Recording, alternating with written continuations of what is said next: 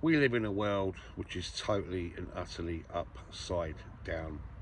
Whether it's time, whether it's the date, whether it's the money that we spend and how it's created in the first place. Whether it's law, whether it's statutory law, or whether it's common law, the law of the land or the law of the sea. Everything is a total illusion. We live in a world now where football, which was a working class sport, is no longer, by the way, Gary Neville. It lost those ties and its roots a long time ago. For me, progress don't mean anything, and what they've actually done to our game with the introduction of VAR, which basically is another controlling mechanism to take away people's spirit and people's enjoyment and their love for the game and basically everything that makes the game special. And unfortunately, everything in life is corrupt, and football is no different. It's always been corrupt. It's just we're only now starting to see things.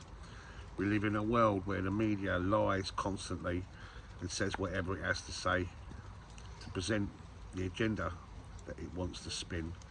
And you have to look at, I always say, follow the money in everything in life. Look at who controls what, who controls the media, and look at who controls finance. And when you look at companies like BlackRock and Vanguard, you suddenly realise that the world is in the hands of a very, very small percentage of people. And the reason why I'm going on about this is football, as we knew it, is no longer the case. And when I look at those decisions at the weekend, Chelsea Spurs, it's not bitterness in terms of the fact that we didn't win the game, we ended up drawing a game of football. It's the very, very fact that they put in charge of that game someone who's had too many situations in the past to mention where it's come unstuck for us. Let's be honest here, yeah, they knew what they were doing, and those 6 minutes out of no fucking where, and the lack of red card, the lack of looking at it from a VAR's perspective. I mean, what is the point of VAR? It's just pointless, absolutely pointless. But remain in place to create whatever situation and circumstance that they wish, and they got what they wanted. And a game where we completely and utterly dominated ended up being a draw. And it's not fair. It's not fair. It's certainly not fucking sport. It's not what anything's about. It's just absolute total bollocks. Look, our manager Thomas Tuchel said all he needed to say about it, and we know he's going to get into trouble for saying what he did say. The reality is, as supporters, and I'm someone that paid money to go and physically watch that game at the weekend, I could say whatever I like, and it's an absolute joke that this man is officiating anything to do with us, because it's just the man. You can't. It's beyond the word corruption, you know.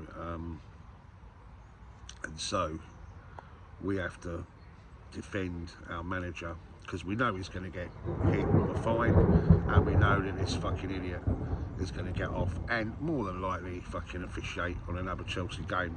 And as supporters, we need to fucking do whatever we can, you know. Strength in numbers, united we stand, divided we fall. And that petition, which is over 100,000 people now, you have to sign that petition.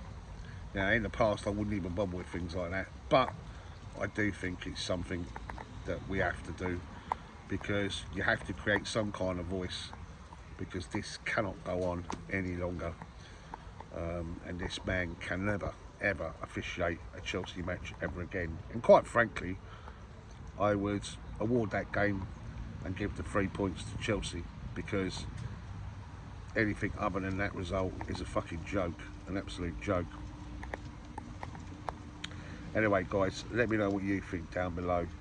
If you haven't signed the petition, over 100,000 people have.